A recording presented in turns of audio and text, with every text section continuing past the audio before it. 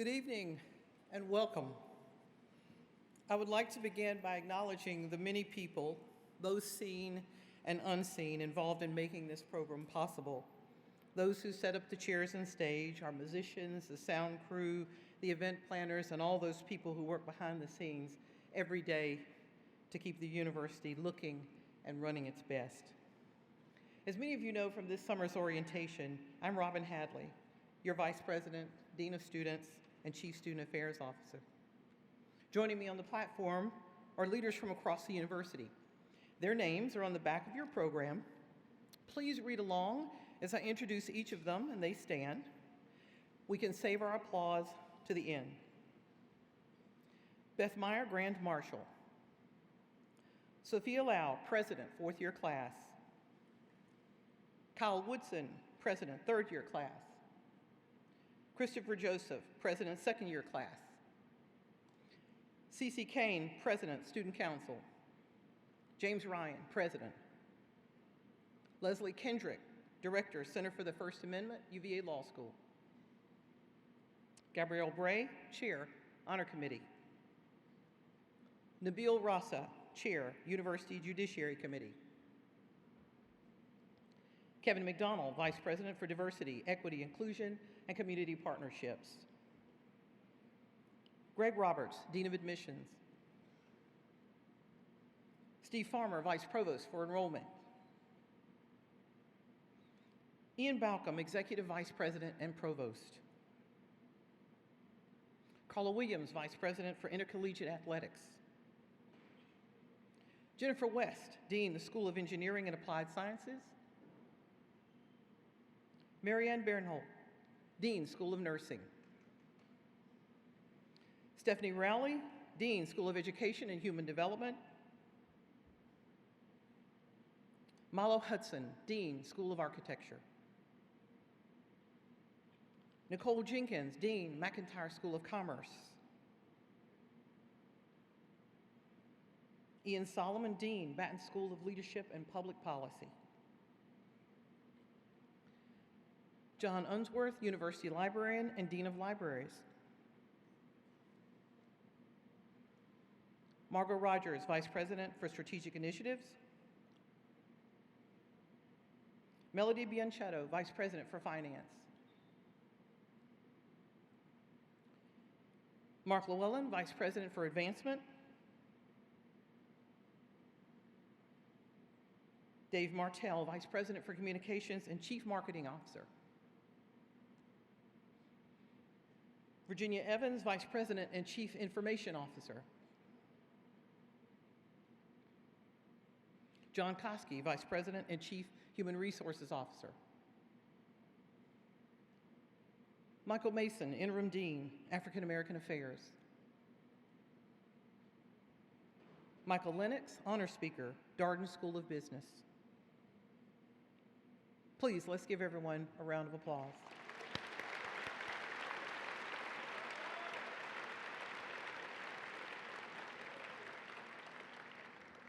Tonight, we celebrate a new beginning, the start of a new year, and the start of your time here. In the next few minutes, you'll be hearing important messages from several members of the UVA community. President Ryan will be sharing some of his hopes for you as you begin your time here. Leslie Kendrick, Director of the Center for the First Amendment at UVA Law School, will be offering remarks about the First Amendment, a touchstone of our democracy. Following her, two of our student leaders, Nabil Raza with the University Judiciary Committee and Cece Kane with Student Council, will be sharing thoughts. I'm sure you noticed the nickels I think you were given when you came in. Those were donated by the UVA Alumni Association. They're a reminder of our founder, Thomas Jefferson, and his nearby home, Monticello, which we encourage you to visit. Monticello will offer free admission to each and every UVA student this year for the first time. All you have to do is show your UVA ID. Jefferson was a complex individual. I encourage you to get to know him. One of Mr. Jefferson's dreams was establishing the University of Virginia. And despite his flaws, each of you is the beneficiary of this dream. Each of you belongs here today, and each of you can leave your mark here. Tonight, you'll be signing the honor pledge and making a commitment to the community of trust. We do this at opening convocation because it is the foundation of student life here. It's where we start. When we trust one another, we can speak freely and civilly, even if we disagree in substance. The community of trust gives us freedom to be ourselves, but it also asks for accountability, not only to ourselves, but to one another. As I was thinking about the importance of this event in my brief remarks tonight, I thought of 3 questions for you to ask yourself as you begin this journey as a new UVA student and a member of this community. What does it take to be a good friend? What does it take to be a good neighbor? What does it take to be a responsible citizen? As you join this community, you will play many roles: roommate, hallmate or suite mate, classmate, teammate, perhaps even employee. You will also be a friend, a neighbor, and a citizen of the university, as well as the Charlottesville area at large. Friends, neighbors, and citizens are part of something larger than themselves. So think about those 3 questions when you have a moment, or said another way, what am I doing to contribute to a valuable friendship? How am I watching out and helping my neighbors? And in what ways am I a responsible citizen to the community around me? In a moment, I will introduce President Jim Ryan, but before doing so, I have an important message to deliver from the Seven Society. The Seven Society is one of the oldest societies, secret societies at UVA. You will see the insignias of many of these societies around grounds, on buildings, and sidewalks. They and their members support the university and the student experience in many ways, and we are deeply grateful for their support. To the class of 2026, the Seven Society extends its sincerest, warmest welcome to each of you as you embark upon your journey as a student at the University of Virginia. As you sit together today, the novelty of all you see may feel surreal and overwhelming, but we encourage you to look beyond that veneer of difference. Over these next 4 years, train your eyes to recognize transformation and watch as countless stories unfold. These sprawling and beautiful grounds will become your new home. The unfamiliar faces that surround you will become your lifelong friends, and the fears and excitement you carry will become cherished memories of your great beginning. Treasure this togetherness, this newness. For the next time you will be gathered together in this way, you will be donning your graduation robes, turning your tassels, and laughing, disbelieving at how quickly it all went by. Though that moment may feel like it is a lifetime away, it starts today. It is wrapped up in your passions, your wildest ideas, your fiercest determination to leave this place better than you found it. As the classes before you so acutely learned, time spent in this space is precious, and the opportunities that you have to shape it are invaluable. By virtue of being here, where so many have walked before you on these grounds and the lawn, this place is now yours, and you are an integral piece of this community. As you grow, the university grows alongside you. Your growth and the care that you show each other form the foundation upon which this institution's future is built. Yet within our hopes for this future is a responsibility to acknowledge that the challenges of the university's history have been pervasive, and its navigation of these issues is imperfect and ongoing. As you chart your course through these next 4 years, you are following in the long tradition of students who work tirelessly to make this place somewhere that they could call home, somewhere that others could call home, and somewhere that you can call home as well. Continuing their work is no empty task and no idle call. The Seventh Society eagerly anticipates the changes you will enact and the ways in which you will make this place your own. Make no mistake, there is much to be done, and your journey begins today. In the words of Maya Angelou, quote, "The horizon leans forward, offering you space to place new steps of change," end quote. We recognize that to sit without an ounce of fear in this moment would be abnormal. However, true transformation lies on the other side of fear. There exists enormous potential for positive change within your class. The class of 2026 is one full of creatives, change makers, dreamers, and courageous individuals. Give yourselves grace as you enter the most exciting chapter of your lives. To aid on your journey, the Seventh Society is honored to donate $1,777.77 to your first-year council. May this gift lay the foundation for your many new beginnings at the university. We are confident you all will build a community rooted in mutual respect, immense growth, and unparalleled resilience. We wish you the very best as you step in your potential and learn to flourish in your own ways, and we cannot wait to see all that you do for yourselves and our community. Sincerely, the Seven Society.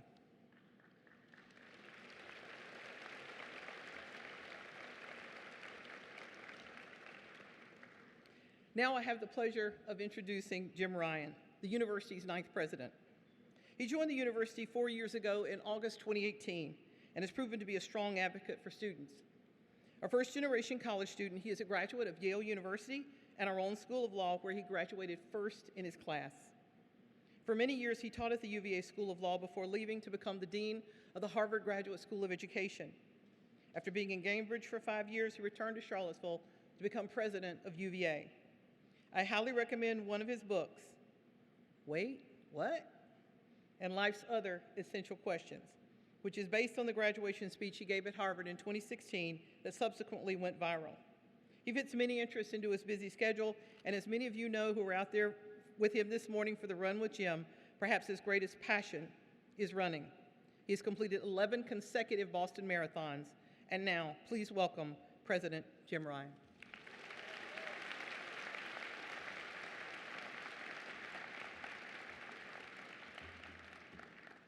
Thank you, Robin. Hi, everyone. Hi, everyone. So I want to begin by thanking my outstanding colleagues and the outstanding student leaders who are on the platform tonight, and to echo Robin's thanks for all those who made tonight's event possible, especially given the pivot from the lawn to JPJ. And I think they deserve a huge round of applause from all of us.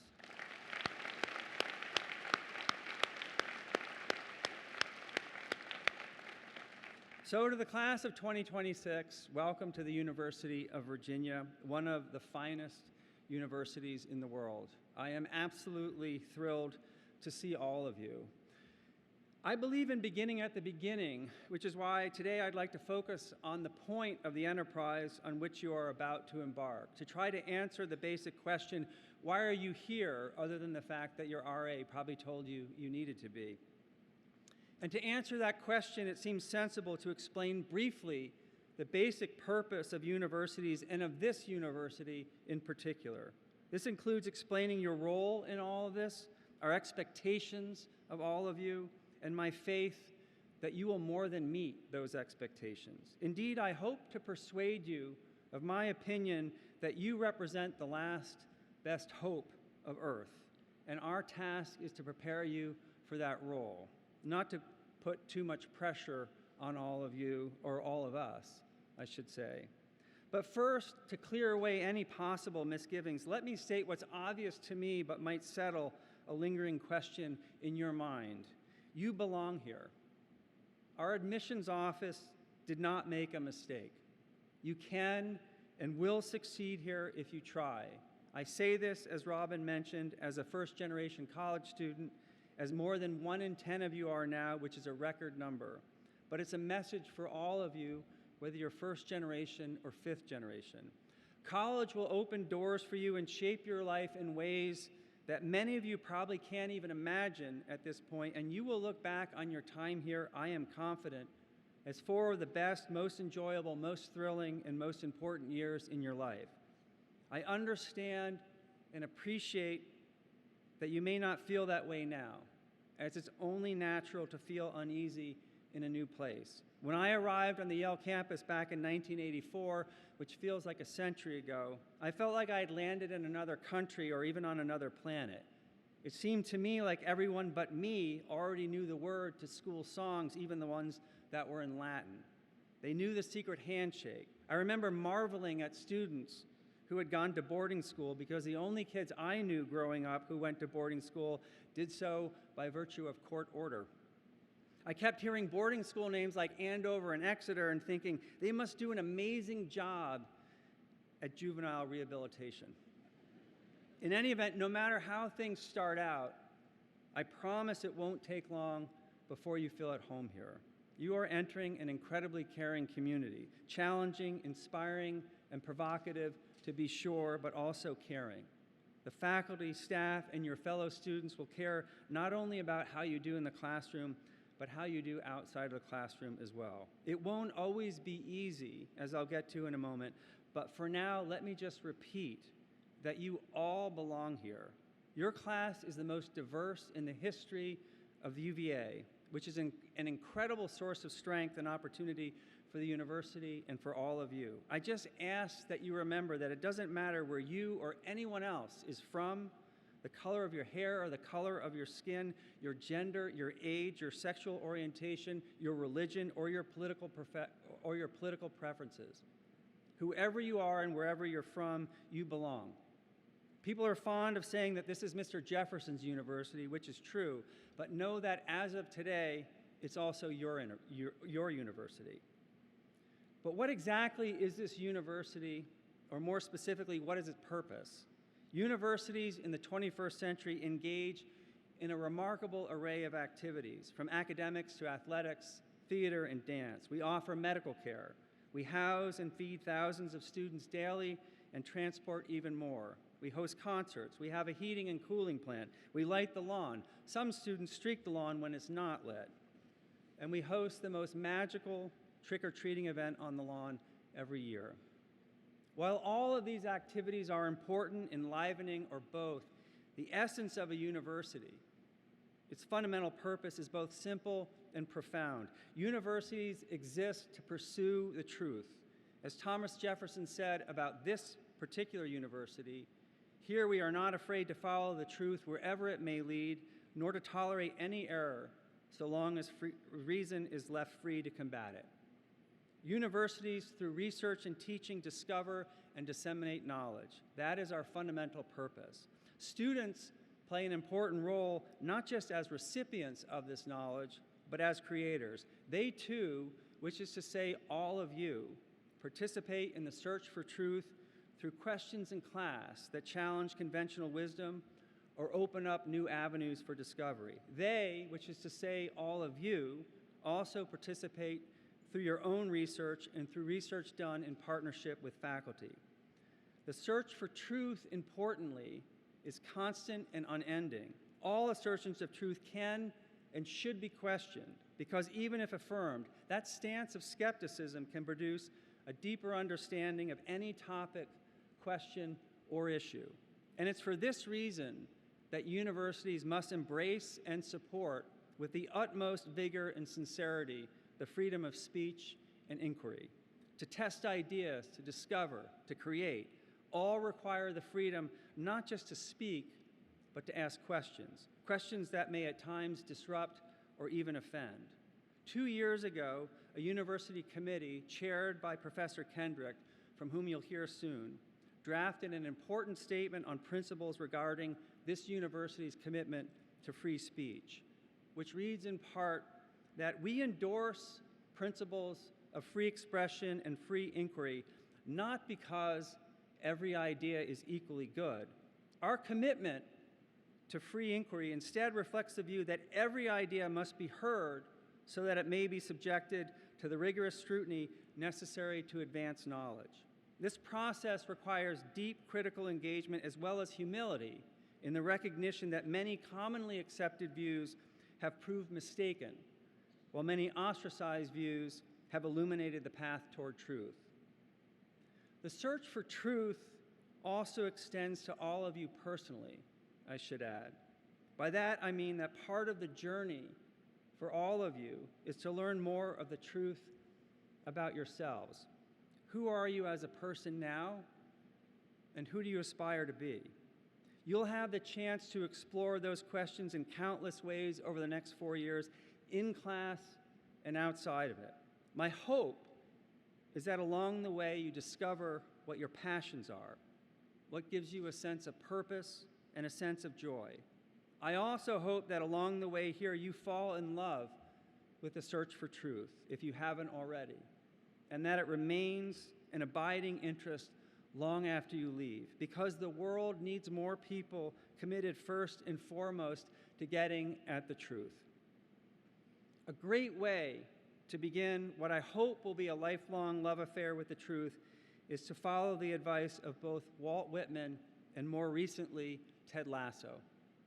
And that is, be curious, not judgmental.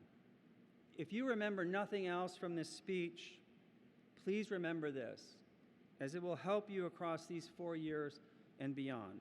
Be curious, not judgmental.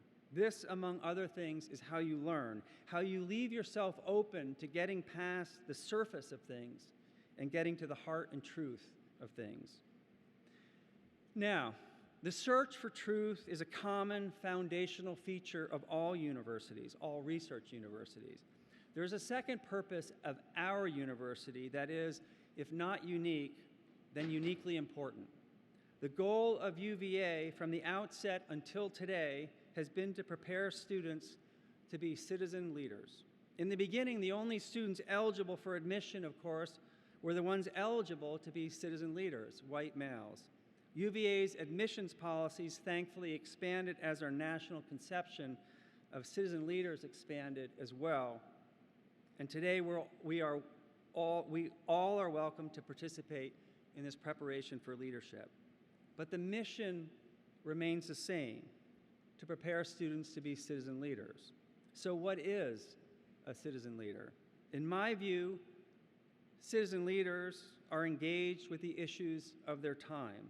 A citizen leader is someone willing to take a stand and persuade others to follow, someone willing to take on the responsibility for actually producing change, and someone who understands that leadership and service are synonymous, so that a citizen leader is at heart a servant leader.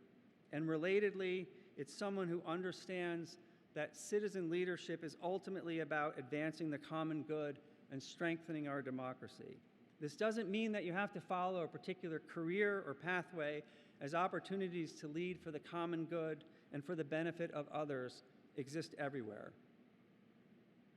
We try to prepare you for this role first and foremost through the outstanding education you're about to receive, which will allow you both to explore and to develop expertise. We also further this aim through a uniquely robust system of student self-governance, which places a great deal of responsibility in the hands of students to govern themselves, including disciplinary hearings and upholding the honor code. And the honor code itself is especially important as a part of this preparation, and it's easy to remember. Don't lie, cheat, or steal.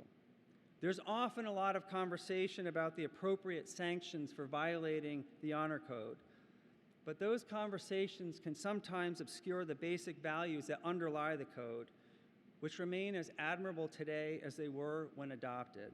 These values are the foundation of our community of trust, which is at the heart of this university. We trust and expect that you can and will live up to the simple idea that it's wrong to lie, cheat, or steal.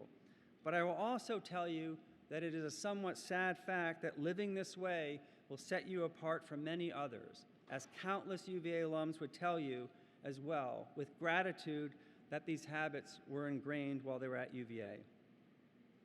We also have a tradition that requires all of us to uphold, of fostering robust and respectful conversations across a range of topics and opinions. This too happens not just in the classroom, but in numerous student-led organizations devoted to discussion and debate.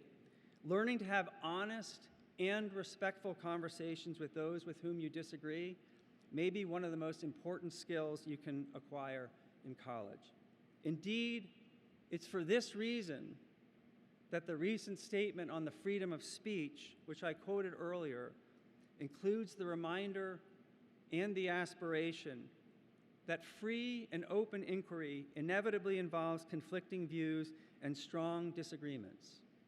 Some ideas may be offensive, noxious, and even harmful. We act as responsible members of a shared community when we engage as empathetic speakers and generous listeners. This last part is especially important. To be an empathetic speaker is to consider alternative perspectives before expressing your views, to at least be aware of what you don't know. And to be a generous listener is to resist drawing quick conclusions about a person's character because of a view articulated. It's about not assuming the worst, and instead about first trying to understand why someone would hold a particular point of view. It's about being curious, not judgmental. Now, this is not just civility for the sake of civility, but instead is part and parcel of preparing you to be citizen leaders. If you want to accomplish any change in this world, you're going to need to be able to engage with others, to persuade them, to build bridges, and to find common ground. You will never persuade others or find common ground if you don't take the time to fully understand their views or their motivations. To persuade or to find common ground, you need to be able to address the very strongest version of someone else's position, not the weakest. I readily admit this won't always be easy. Taking on the responsibilities of self-governance, adhering to the honor code, and living and learning among a remarkably diverse group will hopefully be compelling and enthralling, but it will be hard at times. But here's the thing to keep in mind.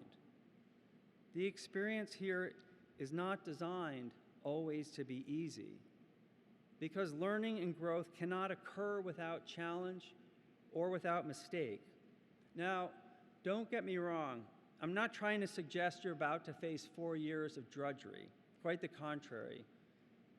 I'm sure you will have a great deal of fun here, probably even more than you can imagine. You'll form lifelong friendships. You'll do silly and slightly crazy things you may have already. You'll experience 1,000 small moments of joy or more, I promise. At the same time, there is a seriousness of purpose to this place and to your time here, or there should be, or you'll be missing out on the full experience on offer here, on what makes this place special. I admit readily that we're asking you to do things that in many ways my generation and those older than myself have not been particularly successful in doing. Considering the dysfunctions rampant in government, the internal threats to democracy, and the intense political polarization plaguing this country, I wouldn't currently give us very high marks when it comes to self-governance.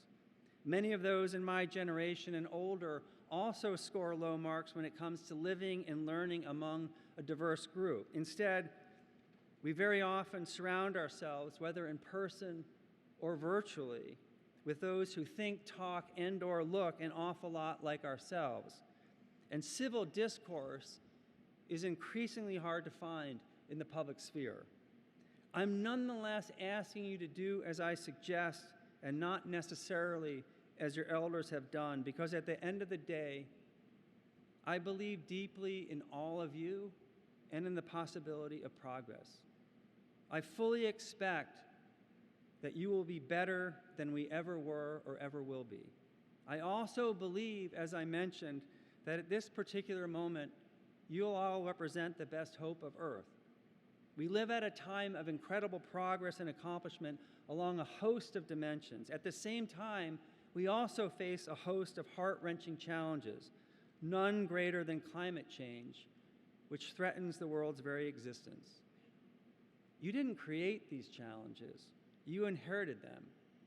But I've seen in our current students a strong sense of purpose, determination, creativity, and responsibility to tackle big problems, whether related to the climate or a vast array of entrenched inequalities tied to demographics like race, wealth, and geography.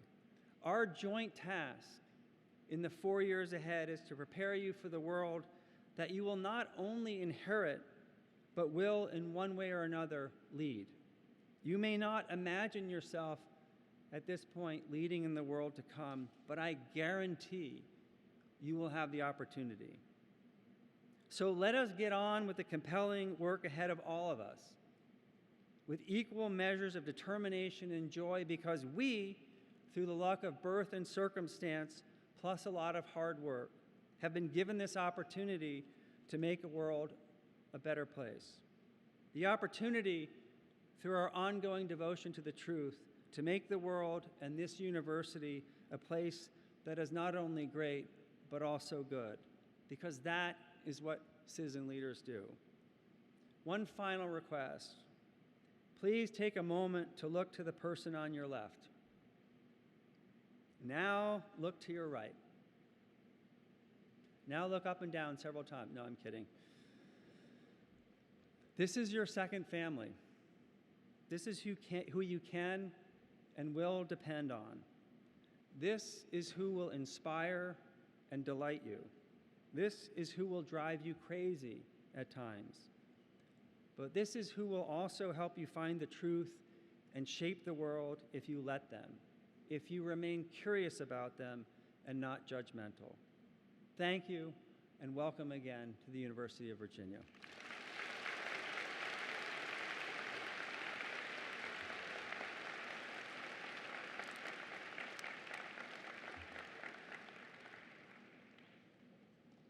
So now it's my pleasure and honor to introduce Professor Leslie Kendrick at the UVA Law School, where she is the White Burkett Miller Professor of Law and Public Affairs and the Elizabeth D. and Richard A. Merrill Professor of Law. She's also the director of the Center for the First Amendment. And as I mentioned earlier, she was the chair of the committee that produced the UVA Statement on Free Expression and Free Inquiry. She is an expert, among other things, in the First Amendment, particularly in free speech, and she is a truly outstanding scholar and an equally outstanding teacher. Please join me in welcoming Professor Leslie Kendrick.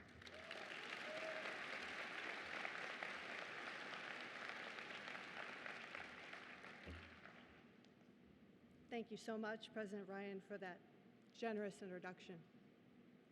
Good evening and welcome to college. You made it. Give yourselves a hand. This is a big deal. We're all so excited for you. As President Ryan just mentioned, I'm a faculty member, and it's as a teacher and a researcher that I'm privileged to talk with you today. I work on freedom of expression, and as you think about how that topic might relate to your life here over the next few years, I want to offer you one piece of information and two invitations. The piece of information is that in becoming part of the University of Virginia, you join a proud tradition of public education in our country and our Commonwealth. The fact that UVA is a public institution means that it is a state actor, and its officials are public officials. This means that they are bound by the U.S. Constitution, including the First Amendment. It means that your professors have academic freedom in the classroom and freedom to hold their own political and religious views outside of it. It means that your expression is protected from penalty unless it falls into certain narrowly defined categories, such as incitement, threats, and defamation, or if it's regulated for its time, place, or manner rather than its content. It means that you may not interfere with others' protected speech, and they may not interfere with yours. These rules bind all government institutions, but they can be especially challenging and especially important at universities. They can be especially challenging because we are a place of ideas and varied perspectives. Many of you may have gone to schools or lived in neighborhoods where you did not encounter many people with perspectives that were very different from your own, or where differences were not discussed. After you receive your degree, many of you will enter a work world where there will be people with many different perspectives, but you will spend your work time focused on work. At a university, however, we are a community of varied perspectives, and engaging with ideas is one of the primary things we do. But if that's a challenge, it is also an opportunity, and this is my first invitation to you. Frame freedom of expression as part of the main thing you're here to do: learn. Free expression has particular and special importance at universities. Most private universities have rules very similar to the ones I just described, even though they are not bound by the First Amendment, because their mission is to educate and to advance knowledge. We protect expression of ideas not because all ideas are created equal, but because they are not. Free inquiry proceeds on the notion that ideas must be articulated in order to be tested, rejected, complicated, or refined. Before going to law school, I studied John Milton, who wrote Paradise Lost. He was honestly kind of a strange person in many ways, as some of you might see in some of your English classes, but he was one of the first modern writers to argue against press censorship and in favor of what we now call freedom of speech.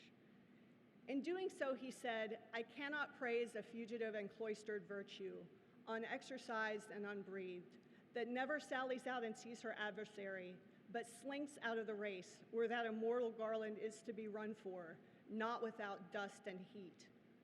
What he's saying here is that the search for truth is hot and dirty. It takes work.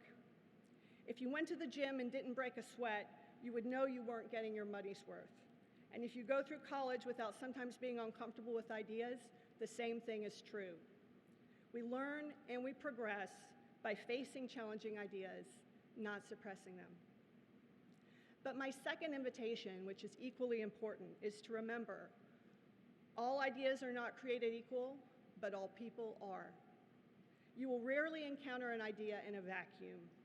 Instead, you will hear ideas articulated by people. Whether they are your instructors or your colleagues, they are human beings just like you, and they deserve equal dignity and respect as such, even when their ideas deserve criticism.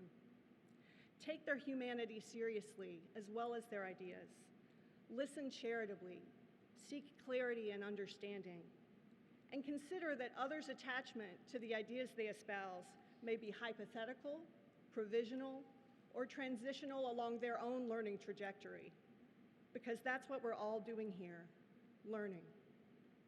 Another part of this invitation is to take a broader view of what free inquiry is. It's debating people you disagree with, but it's also finding communities and organizations of like-minded people. That's freedom of association. It's getting involved with your fellow students on issues that seem to have nothing to do with free speech. Sharing a common goal with different people, such as volunteering for public service or playing on a team, exposes you to new perspectives, helps you to appreciate the good in others, and builds trust and respect. Even something as simple as spending time with your roommates builds trust, which makes having real conversations easier. And the more real conversations we can have, the better off we'll all be. Welcome to college. You have enormous power to shape what kind of community you live in for the next few years. Choose wisely. Go hard on ideas, go easy on people, and go forth and learn. Thank you.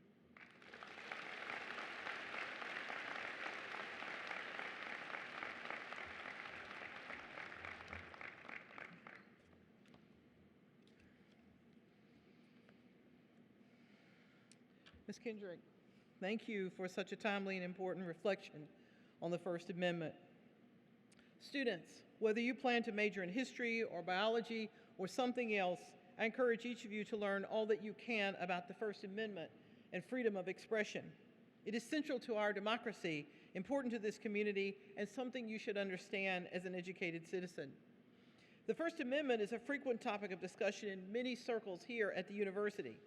The Miller Center of Public Affairs, the Carson Institute of Democracy, the Center for Politics, and other centers and departments frequently host lectures and panels on the First Amendment.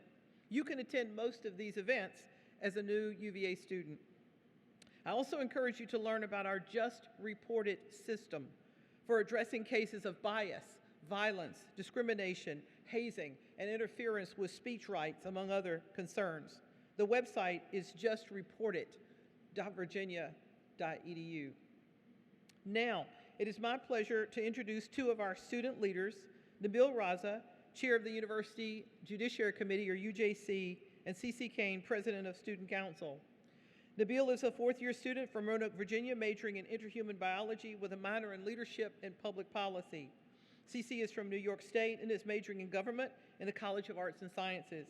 She's also working towards a master's degree in the Batten School of Leadership and Public Policy and will complete her studies in 2024. Nabil.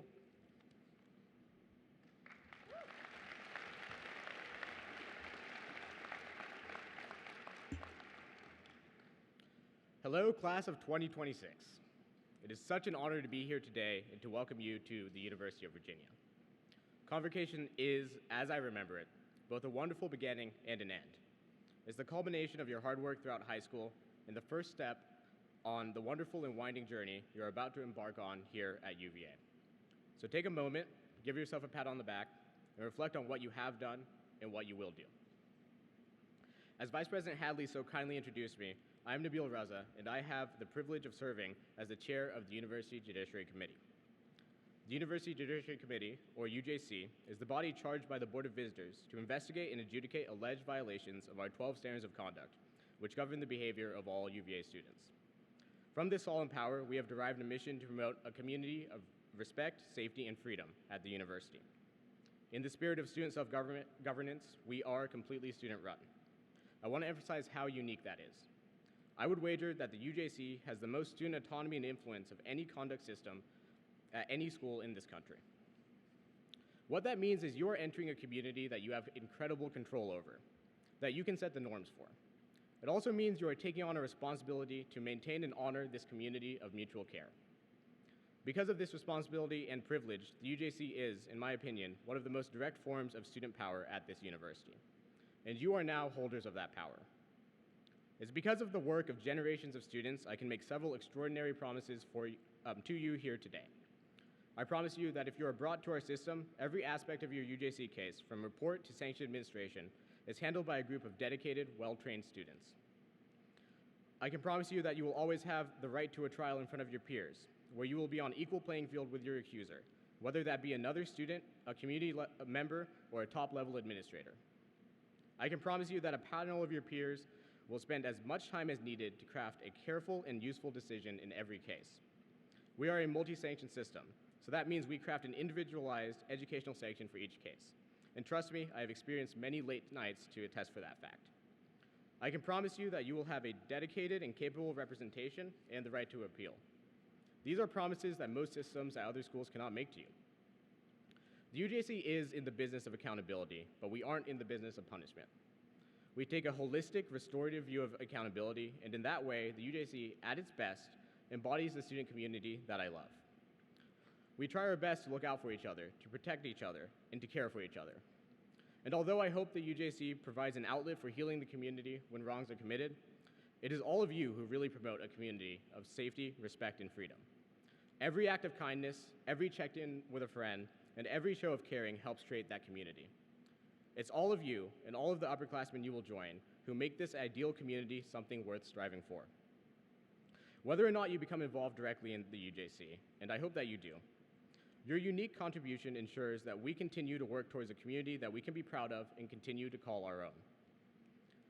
I will also say that the UJC's unique system in the work of many incredible student organizations depends on the relentless work of students, and now that means you. This is now your mantle to carry, and you should carry it proudly. If you resonate with some of the goals of the UJC I've spoken about, I do encourage you to consider joining. Let me now make an incredibly smooth transition to some unsolicited advice. 3 years ago, when I was sitting where you are now, in a metaphorical sense, and listening to the speeches that I 100% still remember, sorry, President Ryan, I could not have imagined that I would be standing here speaking today. In fact, I don't think I could have completely predicted anything about where I am and who I am today. I applied to the UJC on a whim, and now I'm in charge of it, or so they tell me. I say this to make a couple of points. First, lean into the twists and turns of your path here. Don't limit yourself by what you think or you should do, or by confining yourself to a narrow and rigid plan. And for that matter, don't worry too much about how others are achieving their goals, even if they are the same as yours. There are infinite ways to get where you want to go and to be a UVA student. Second, the path from where you are now and where you will be when you're graduating won't necessarily be easy. To add to that difficulty, it will seem like everyone around you is doing it flawlessly. You will likely struggle at times, and I think everyone at some point will find it difficult to feel like this is home. Let me reassure you right now that you are here for a reason and you're going to do great things. Don't let yourself forget that, and don't let those around you forget that either. When you're having those tough times or just need some reassurance or advice, please don't hesitate to lean on others. I stand here on the shoulders of dozens of people who offered me their time and energy to help me out of the kindness of their hearts and their commitment to the community. Speaking on behalf of my fellow students, you are one of us now, and we lean on each other. All I ask is you return the favor throughout your time here at the university. Let me close by saying that, for what it's worth, I know each and every one of you will do amazing things. Please savor this new beginning and all of your time here. Trust me, it's a lot shorter than you think. My door is always open to each of you. Please don't hesitate to reach out or just say hi around grounds. I'll be around here at the social if you want to chat as well. Thank you again for listening to me and allowing me to speak today. I'll now turn it over to our wonderful president, Cece Kane.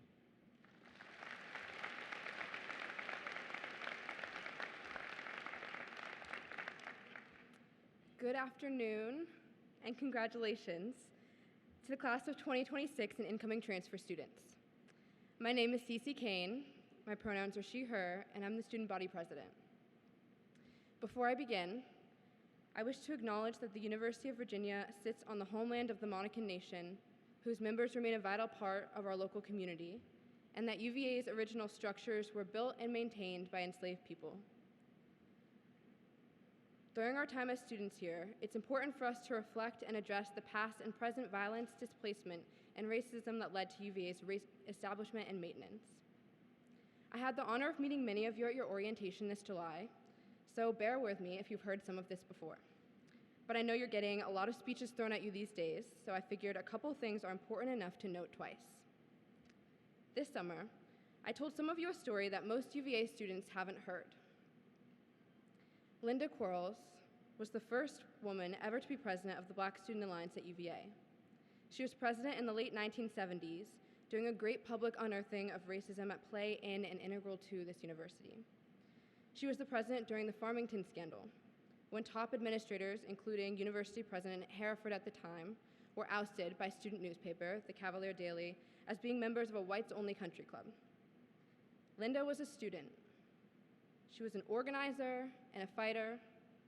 She worked tirelessly for her community because making space for Black people to be here at that time was so difficult, burdensome, and so much more important to her than even herself. What she envisioned for this place was bigger than her, and she resides in Charlottesville to this day, having never been able to graduate from the University of Virginia. I think about Linda Quarles a lot. I know a lot of Black students here do. She's on my mind so much because in many ways, I am her. Some days, it feels my fight, while bigger than me, is to create a space for myself at this university at all. George Bernard Shaw wrote that, "The reasonable man will adjust to the demands of his environment. The unreasonable man expects his environment to adjust to his own needs. Therefore, all progress depends on the unreasonable man."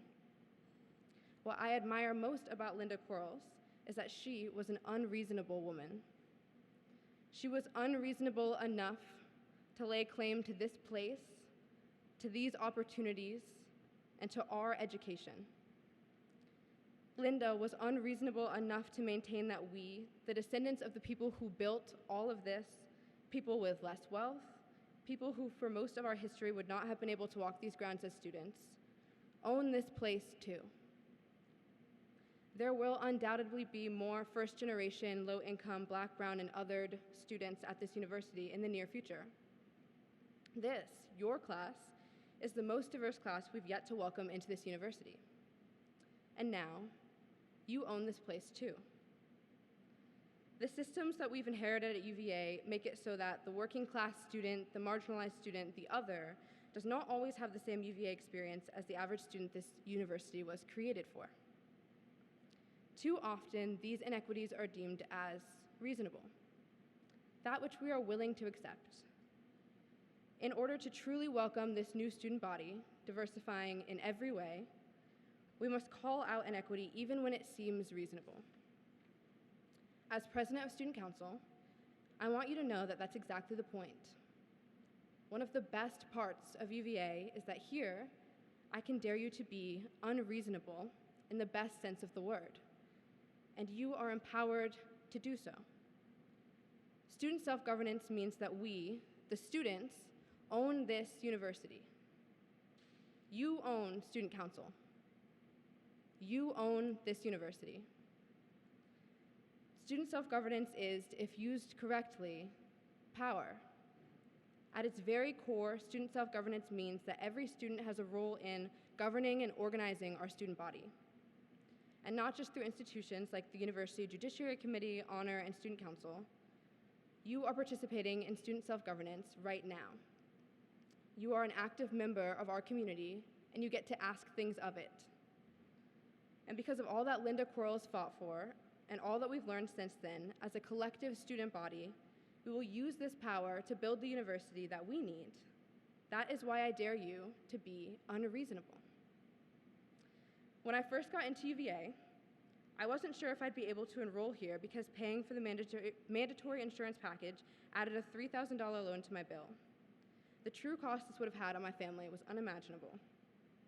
After years of advocacy from other students, including organizers in Political Latinxes United for Movement and Action in Society, last year, Student Council used its funding to create an insurance grant pilot program, which the school then adopted as part of financial aid.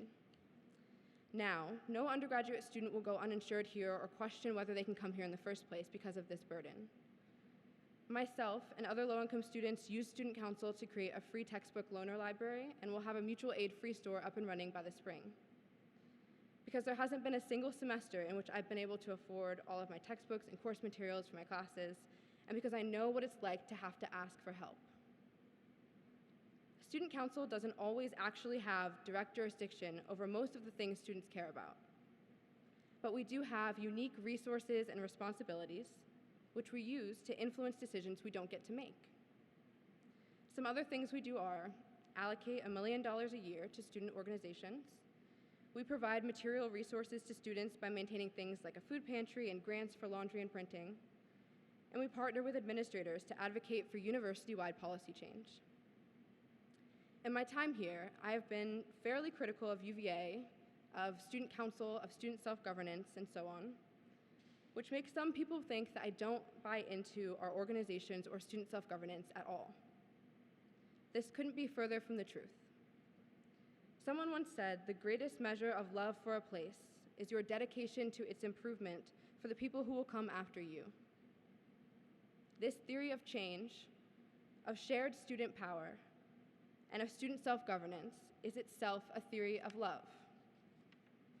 I can't wait to see how you all will create the university that you need, how you'll demonstrate your love for this place.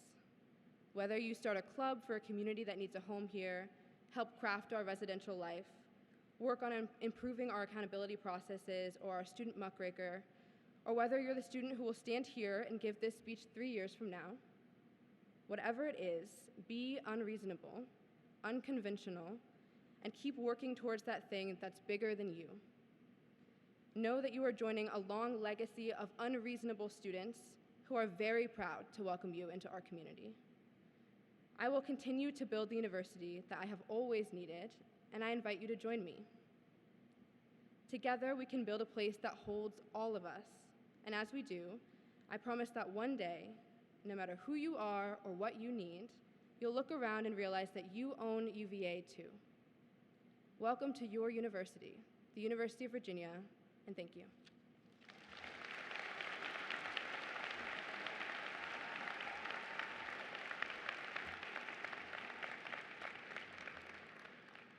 So, this portion of the program is now coming to a close.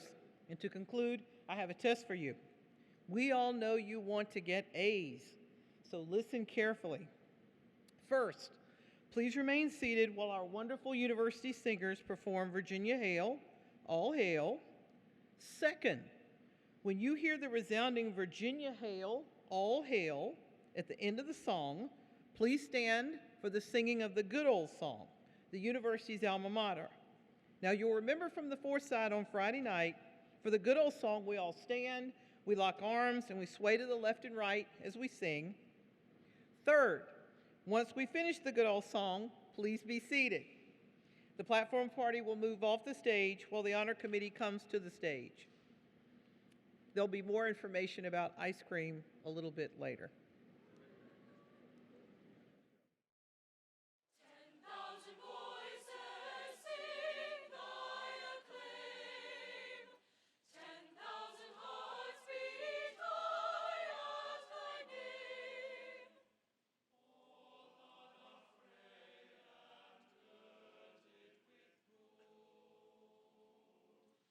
Mother of men, a queen thou hast stood.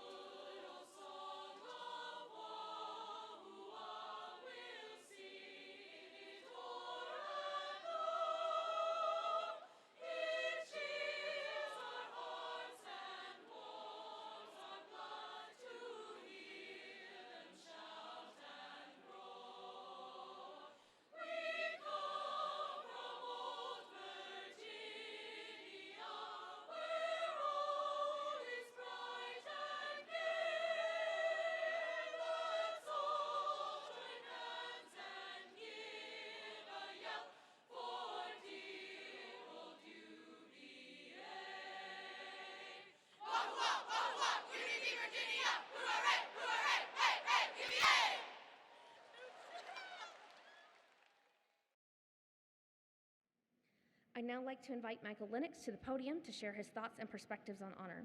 Michael Lennox was the chairman of the Honor Committee in 1992 and 1993, and is now the Taylor Murphy Professor of Business Administration in Darden. Since 2016, he has served as the Senior Associate Dean and Chief Strategy Officer for the school. Prior to this, he has worked with and studied at Duke, MIT, the Stern School of Business, Stanford, Harvard, and Oxford. We are so lucky Mr. Lennox is a who and a steadfast friend to the community of trust. Please join me in welcoming Professor Lennox.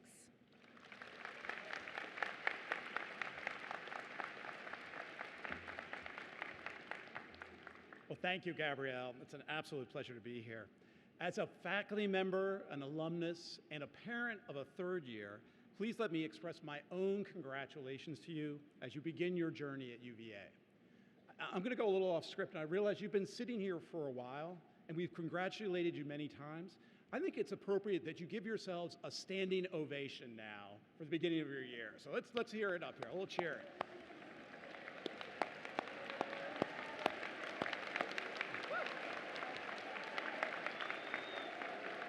All right. That was awesome. Now I can tell my wife that I got a standing ovation. So that was great. Thank you for that. Let me begin just by saying you all are an impressive, accomplished group. You come to these grounds from all over the world, 50 different countries, every state in the union.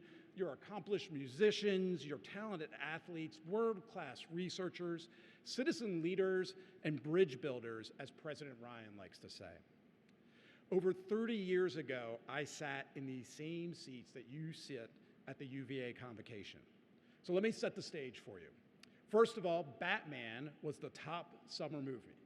Not the one with Robert Pattinson, not the one with Christian Bale, but that other one with Michael Keaton as the Batman and Jack Nicholson as the Joker.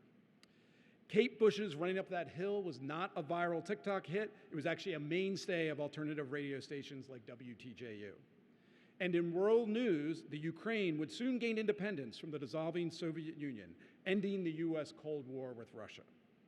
In the famous words of Mark Twain, history doesn't repeat itself, but it often rhymes. All right, so here I was at UVA, a kid who grew up in a steel mill town north of Philadelphia. Any Philadelphians out there? Come on, go Birds, a little bit there, all right? I was excited but apprehensive. I met students from all over the country, all over the world. I met students from New York. Any New Yorkers? Yeah, all right. Bostonians, any Bostonians? Now, I have to say, as a Philadelphia sports fan, you know, the images I had in mind of Bostonians and New Yorkers, I was proved wrong once I got to meet them. That was great to see.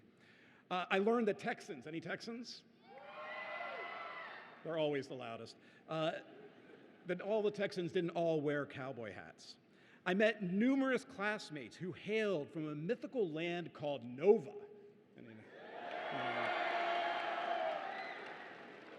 I must admit, I had no idea what Nova was, but I sensed that it was an enchanted place filled with olive gardens as far as the eye could see. I met with other students from a land of big ships and broad rivers, the 757.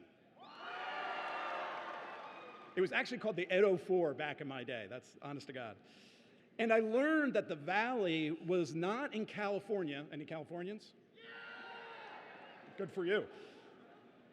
But we're talking about the valley that's just over the mountains. And if you travel far enough south in that valley, you can find an odd, deformed creature called a Hokie. Come on, we can make fun of them, right? I thought I had done well in high school, yet everyone I met seemed to have either discovered a cure for some disease, started a nonprofit to help disadvantaged youths, somehow completed 35 AP exams. The first few days at UVA can be quite humbling. How was I going to fit into this amazing collection of talented and motivated students? How was I going to survive and hopefully thrive in this unique community? As I sat on the lawn, I recall having heard about the university's honor system, but had little understanding of its meaning and significance. Like many, I knew one thing about the honor system, the single sanction. Now, I was a good kid, and I had no intention of running afoul of the honor code. It was reassuring that we had an honor system, but of what real relevance was it to me, really? Why should I care? I suspect there's some of you sitting here tonight who share this same exact sentiment. It was only over time that I began to understand and appreciate the true strength and importance of UVA's honor system. You will hear often about the community of trust at UVA. This is not empty rhetoric. A community is defined by its shared values. Without these shared values, we do not have a community. You are merely a collection of autonomous students pursuing your studies independently. The honor system provides a core for all of you, poets and athletes, debutantes and farmers' daughters, Virginians and a poor Philly boy, to come together to form community. Honor provides the foundation for our shared values, a baseline upon which other community values can be built, a guidepost for how we wish to interact with one another. The honor system provides this foundation because it is a collective endeavor. You've heard this a number of times tonight, but I want to emphasize what makes UVA's honor system distinct is that it is a student self-governed system. It is not run by the administration. It is not run by the faculty. It is your system. You alone determine the standards by which you will hold one another. You alone administer the system and adjudicate when violations of those standards necessitate. This distinction is absolutely fundamental and critical. At the heart of the honor system is a promise you make to one another and to the other members of this community, faculty, staff, townspeople.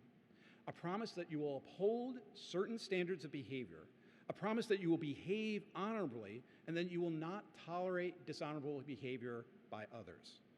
Regardless of where you're from or what your SAT score is, the honor system is a promise that you, the students, hold honesty and trust as sacred values.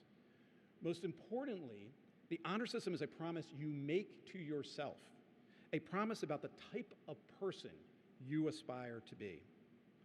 I like to define personal integrity as being truthful to yourself. There is a temptation to dismiss the most insignificant acts of dishonesty as trivial. Let me relate a story. When my kids were young, they loved going to one of our local grocery stores, Harris Teeter. The story featured a display of a smiling dragon offering a single free cookie to children. Now, my son and daughter loved this offer, though they were often sorely tempted to take a second cookie. And I must admit, I was often tempted to take a cookie as well, even though the sign clearly made clear that it was for children only. But seriously, who cares if my children took a second cookie when they instructed to take only one? Who cares if I take a cookie even though I know they are not for me? No one will see, no one will care. Let's consider a scenario maybe a little closer to home for you all now. Let me make a bold prediction. I can pretty much guarantee there will come a day where you will miss a class. Now, on behalf of the faculty, I ask that you please keep these to a minimum. Now, your professor may inquire, why were you absent? It will be oh so tempting to say you had a medical emergency or a family crisis, when maybe the truth of the matter is that you partied a little too hard the night before. And once again, on behalf of the faculty, we ask that you please keep these to a minimum. Now, your professor has no way of knowing the truth. You can't and won't be caught in the lie. And a little lie never hurt anyone, right? It is in these moments that your integrity is most sorely tested. The question is not, how trivial is this act of dishonesty? The question is my integrity worth so little to me that I'm willing to sacrifice it for the simple cookie or for the face-saving excuse? It doesn't matter whether you can get away with it. It does not matter whether others may know. All that matters is that you will know. Honor and integrity are a promise that you make to yourself. Unfortunately, not all communities embrace these values. Not all communities make these promises to themselves and to others. I've had the good fortune to have been affiliated with several leading universities over the years. In a handful of instances, I've been involved in proceedings against students for academic dishonesty at these schools. Save for a few other institutions, UVA is unique in its empowerment of students to lead the honor system. At many universities, honor proceedings resemble a star chamber where accused students are brought before a panel of faculty who serve as judge, jury, and executioner. At one university that I was affiliated, cheating and academic fraud were a game between the students and the university administration, where successful students were lionized by their peers for their cleverness and ability to outwit the faculty. I'm here to tell you academic dishonesty is an epidemic in the US, with some surveys reporting that over 90% of college students admit to cheating. The reaction of many university administrations has been to discourage cheating by increasing proctoring and adopting sophisticated technology to catch violators. They create faculty-led courts to hand out judgment. They inadvertently foster communities of distrust, setting up antagonism between students and faculty. In anonymous surveys conducted at UVA, few UVA students, often single digits, report having committed an honor offense. Why the big difference between the two? It is clearly not that cheating is more difficult at UVA. In fact, I would argue it's easier given the liberties our faculty often provide due to the honor system. I would argue that it is not the sanctions administered. In fact, many universities have serious penalties for cheating. I would argue that the reason is that you all own responsibility for establishing and enforcing the norms of our community. A violation of our standards is not an affront to the faculty or the administration. It is an affront to your fellow students. It should be an affront to you. The lessons of honor, of community, trust, personal integrity, and collective obligation are ones that will shape you for the rest of your life. I frequently hear from alumni who seek out fellow UVA alumni in their professional affairs, as employees, as business partners, because they know that UVA grads understand the value of a community of trust and the responsibilities such a community demands. If you aren't aware, UVA alum are some of the most dedicated in the world. You will face innumerable moral dilemmas, tough challenges that you will have to make as you traverse your professional and personal life. These decisions often hinge not only on what will you do, but who do you wish to affiliate and what can you expect of them? I teach a course in the business school called Strategy in the Digital Age. The digital age is fraught with tough questions around digital privacy, artificial intelligence, autonomy. How do we respond to potential bias in algorithms? Should we sell personal data to third parties? Should we be capturing that data in the first place? These are questions that you may very well have to grapple, not only as individuals, but as part of the organizations and communities that you affiliate. In our increasingly fractured and polarized world, we've become more individualistic, dare I say, self-centered. All too often we ask, what's in it for me? How does this help me advance or help me achieve my goals? Too many have lost sight of the hard work and collective responsibilities that undergird our communal life. As you inevitably struggle with the tough moral choices that life throws at you, may I humbly suggest two different questions to ask. What do I expect from the communities I affiliate, and what do community members expect from me? As I've grown older, I've come to greatly appreciate the power of community and the importance of the values that bind us together. I have long believed that the secret to the good life is to experience and to contribute. The world is a big, wonderful place. Embrace the diversity of experiences available to you. Eleanor Roosevelt said, the purpose of life is to live it, to taste experience to the utmost, to reach out eagerly and without fear for newer and richer experience. Your time here at UVA is an incredible opportunity to experience all this wonderful community has to offer. Experience alone, however, is insufficient. It will ultimately leave you hollow, unfulfilled. You need to consider contribution. Ask the big questions. How will I positively affect the world around me? How will I make my community a better place? How have I contributed to the communities I live? As a younger man, I hungered for big experiences. I wanted to make a big contribution.